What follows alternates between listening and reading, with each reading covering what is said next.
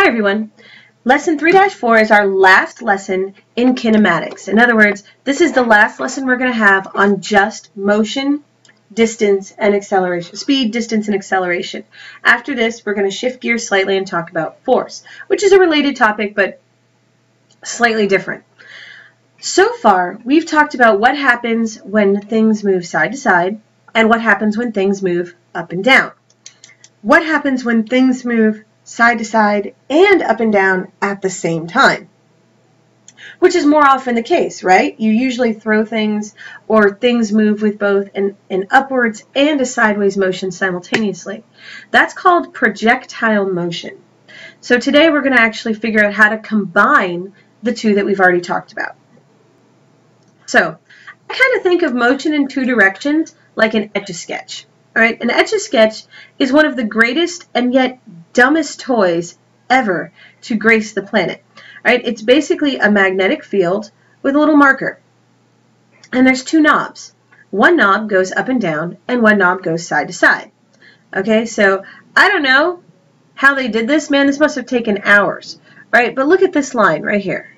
Okay, there's no slanty line on an Etch-a-Sketch. All right, so to actually make this line, whoever drew this had to take this knob and turn it at exactly the same time in the same motion to get this line. And if you can think of the world like an Etch-a-Sketch, this makes sense. All right, because in physics, there is no such thing as diagonal motion. There is motion upwards and motion sideways at the same time. So there's this great imaginary cosmic Etch-a-Sketch where both knobs are being turned at exactly the same time. So we're all familiar with projectile motion when we play the game Angry Birds, right? Because we have to launch the bird at a certain angle that'll give it both upwards and sideways motion so that it'll land where we want it to. Now, you got three birds here. Okay, personally, I am a fan of the bomb bird. I think the bomb bird's pretty cool. Do not understand the toucan bird. I think the toucan bird is completely useless, but that's just me. Like the boomerang one, the one that goes back around again, so stupid. All right, so you got three birds here. 1, 2, 3. Now let's think about how these three birds were launched, okay? This one here, if we follow his trajectory or path, he's going to land somewhere over here. This bird is going to land somewhere over here, and this bird is going to land like this. Three different pathways all starting from the same place. So this bird must have been launched with a very high angle. So you went up and over. This one must have been launched with an angle like this, and the third bird must have been like this.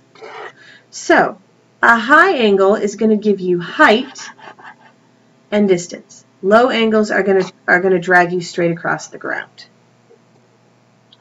So there are rules. In projectile motion, projectile motion creates a right triangle every single time. If this is my slingshot for my angry bird, and this is my motion,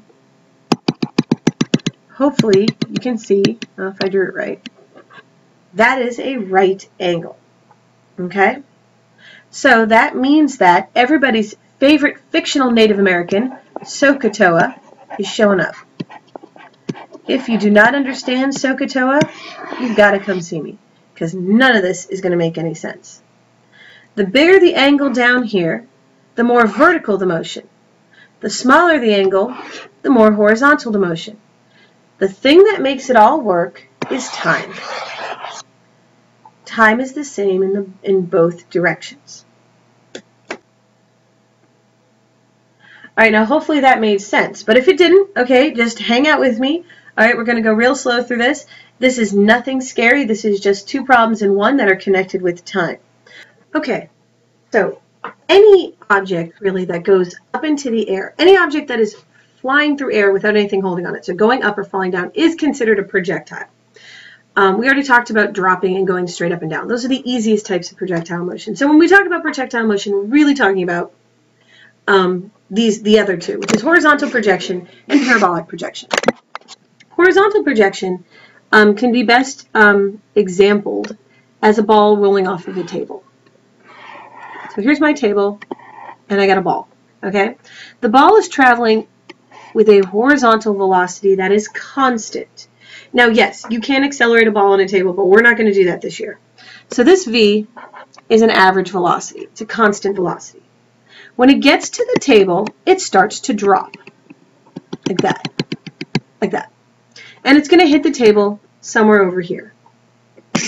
This motion has both an x component and a y component. See that? It's kind of like a triangle. So the y component, the whole point of projectile motion is that the y component is completely independent of the x component. So to actually do this problem, you have to figure out velocity, distance, acceleration in two different directions. They are completely independent. Right? The only thing that connects these two is time. The time it takes to roll the ball this way is exactly the same amount of time as it would take to drop it this way. To put this in perspective, if I were to start a ball rolling on the floor at the exact same time, in the exact same place, with the exact same velocity as the ball on the table would roll to this point at the same time the ball on the floor would roll to that point. In other words, the act of it dropping does not affect the speed or distance in that direction. Also, if I were to start a third ball right here in space, and I dropped that ball at exactly the same time as this ball got to this point and fell off the table, this ball would drop to this point at exactly the same time as this ball would drop to the point. So all three of these balls would get to this point at exactly the same time. So what I'm trying to get to here is that time connects vertical and horizontal motion. Okay. The other type of projectile motion is parabolic motion. All right? Parabolic motion is when you actually move in a parabola. This is when you shoot something off the ground. All right? Or even better, a football. Okay, that's my football. Right? I kick it up and it comes down. See, that's kind of like a parabola. That's parabolic motion.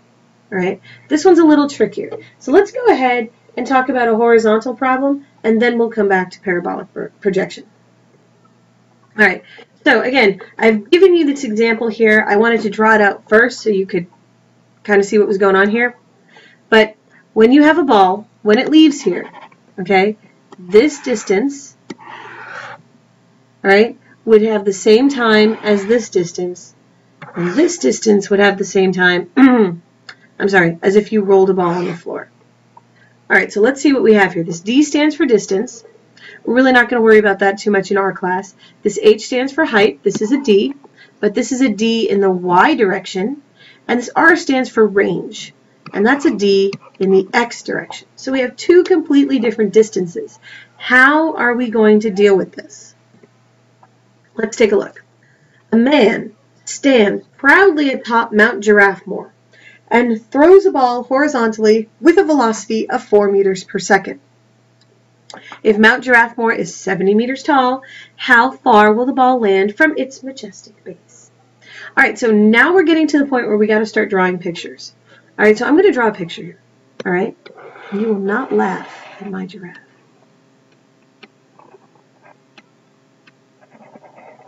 All right, this is Mount Giraffemore.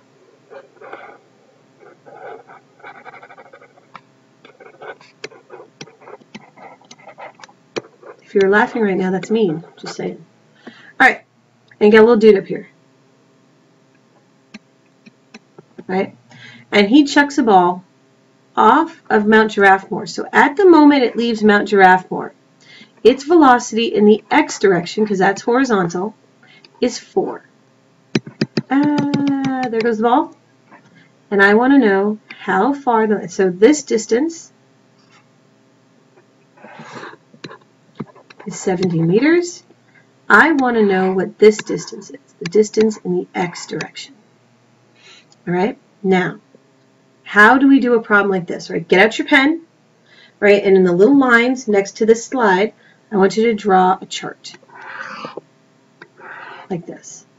X, Y. Remember, X is horizontal, Y is up, down.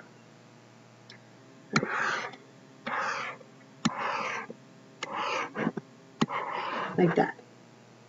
Okay, so that means that in each direction we're going to have a VI, VF, A, D, and T is going to be the same for both. That's what we just said. So whatever we put here, we can put here. They're the same. That's why I put a little box there.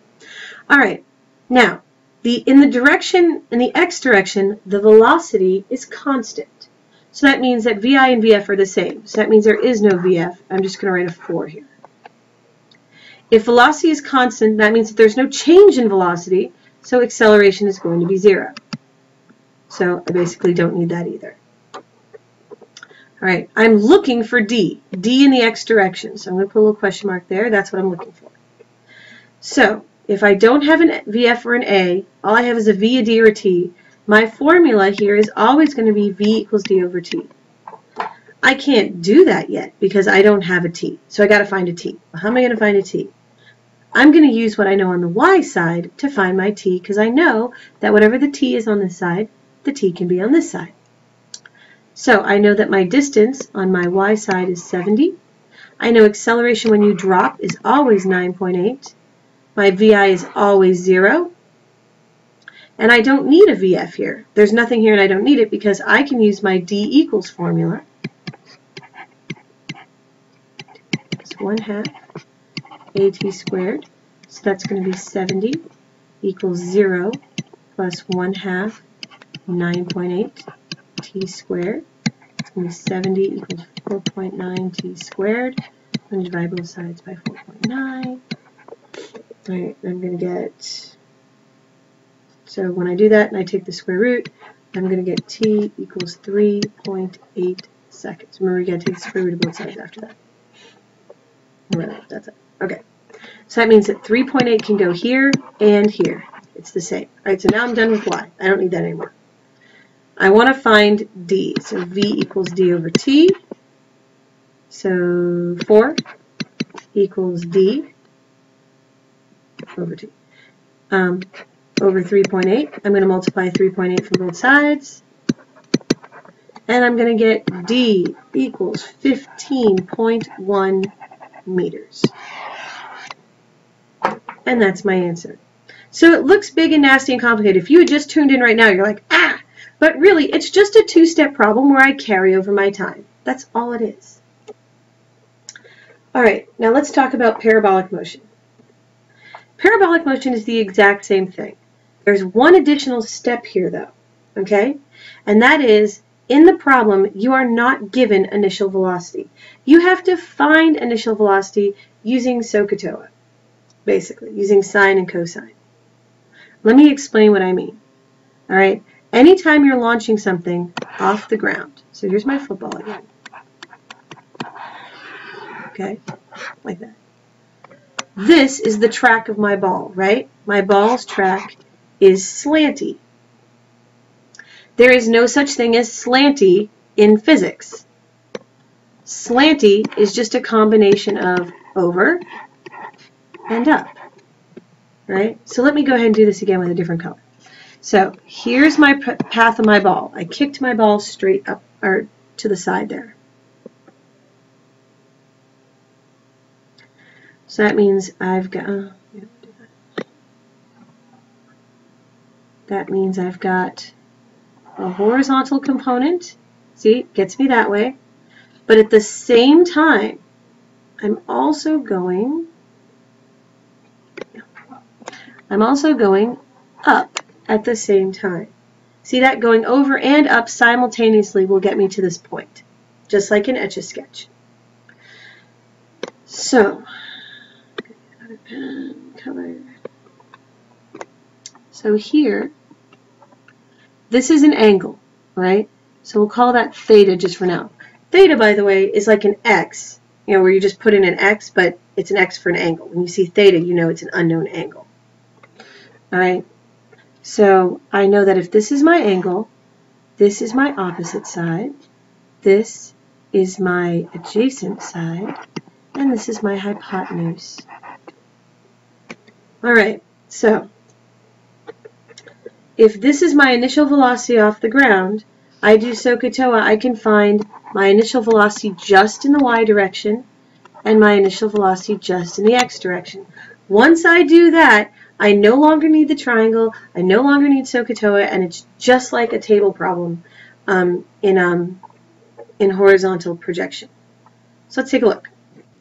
Now nothing is different from the first practice problem we did, except for we have to find VI first because we have an angle. Because now we have a slanty, we don't just have a straight up and down. So it says a cannonball is shot with a velocity of 34 meters per second at a 40-degree angle to the horizontal. If it hits the target at its maximum height, how far away is the target? So I'm going to draw a little diagram of what I perceive to be going on here. Alright, so there's my cannon, and it's going to go up, up, up, up, up, and then it's going to come down, down, down, down, down, and the target is right here at its maximum height. Right, and I want to know how far away, so I want to know the range, or the distance in the x direction. So I know that this velocity is 34 meters per second, and that this angle is 40 degrees.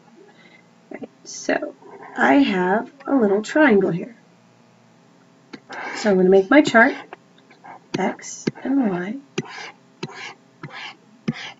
Right, so I've got a VI, VF, A, D, and then T is the same for both.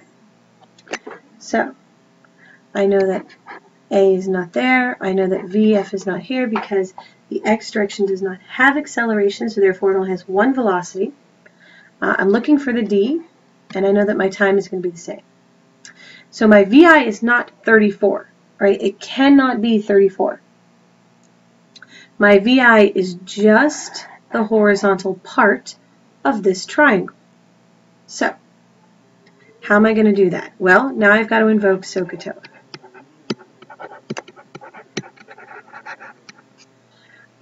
So here's my angle. This is opposite, this is adjacent, this is hypotenuse. I have my hypotenuse and I'm looking for adjacent. The only part of SOHCAHTOA that has adjacent hypotenuse in it is cosine. So cosine of 40 degrees equals adjacent, which I don't know, over 34. So I multiply both sides by 34 and I get cosine 40 times 34 equals my adjacent side. And when you do all the math, that turns out to be 26.0 meters per second. Alright, so I did it for this side, now I got to do it for this side. So that's the opposite side. So now I have opposite and hypotenuse. That's so. So now sine of 40 equals opposite, which I don't know, over 34. Multiply both sides by 34, and I'm going to get, so 34, can't read that, 34 sine 40 is going to be 21.9. Okay. So now I have both of my VIs. I know that at the maximum height, my VF is 0. My A going upwards is going to be negative 9.8. And my distance I don't know, but I could find my distance. I don't really care about that though. I want to find time, because time I can use for both and use my distance over here. So while I could find distance, instead I'm going to find time. So I've got a VI, a VF, and an A. So I'm going to use the A equals VF minus VI over T. So negative 9.8 equals 0 minus 21.9 over T. Multiply T by both sides. I get negative 9.8T equals negative 21. So when I divide both sides by negative 9.8, I get T equals 2.2 seconds. So now I have the VI I need, I've got the T I need, I've got to find D. On the X side, you always do V equals D over T. So 26 equals D over 2.2. multiply both sides by 2.2, and you're going to get a D equals 58 meters. And that's your answer. Go through that slowly, all right? There's nothing in there that you haven't done before. Remember that. Okay, so hopefully take-home messages are that this is the same math, and that when I increase my angle, when I increase my slope, my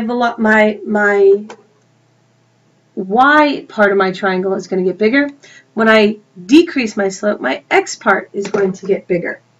So I can think of no better way to show what I'm talking about with this by a great moment in geekdom. Now, so I know what you're thinking. You're thinking, why does she have a flying squirrel on the slide? Well, it's not a flying squirrel. Geek sticker to whomever can tell me what that actually is and why it's important to make the distinction between it and a flying squirrel. All right, let's take a look at this. A coffee shop in England is an unlikely home for our ultimate king of carnage. But this is Gary Connery, by day a coffee maker, by night a stuntman. Master of the wingsuit and no stranger to carnage.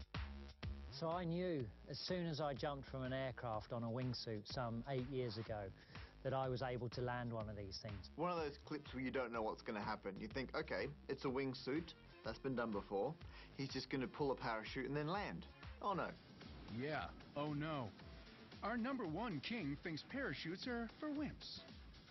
Behold Gary Connery landing in a wingsuit without a parachute.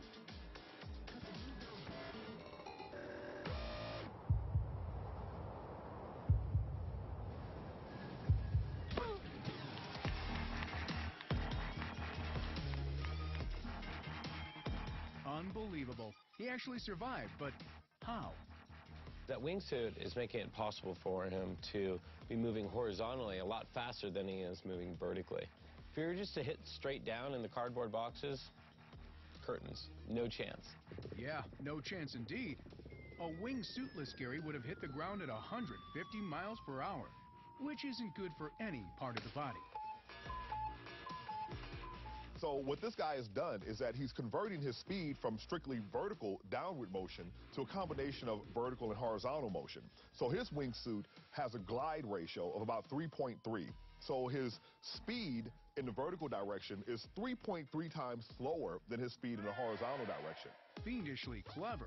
But why use flimsy cardboard boxes? How can they possibly save Gary's life?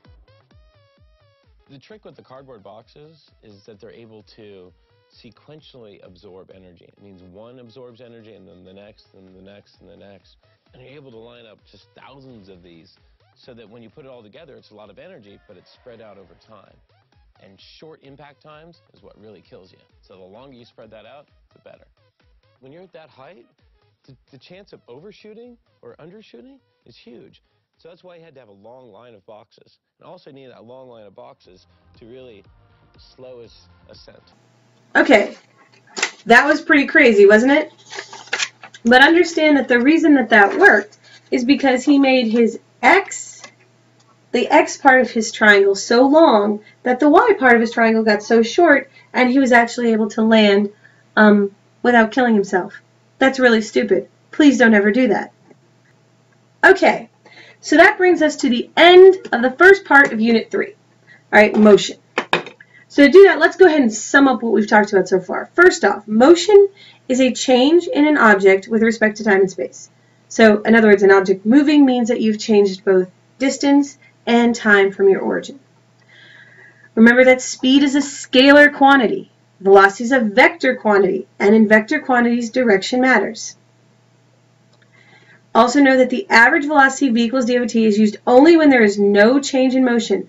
Only when there is no acceleration. No acceleration, right? So this is only going to happen in horizontal problems. Either problems that are straight horizontal in which the motion does not change, or in problems where you're doing projectile motion on the horizontal side.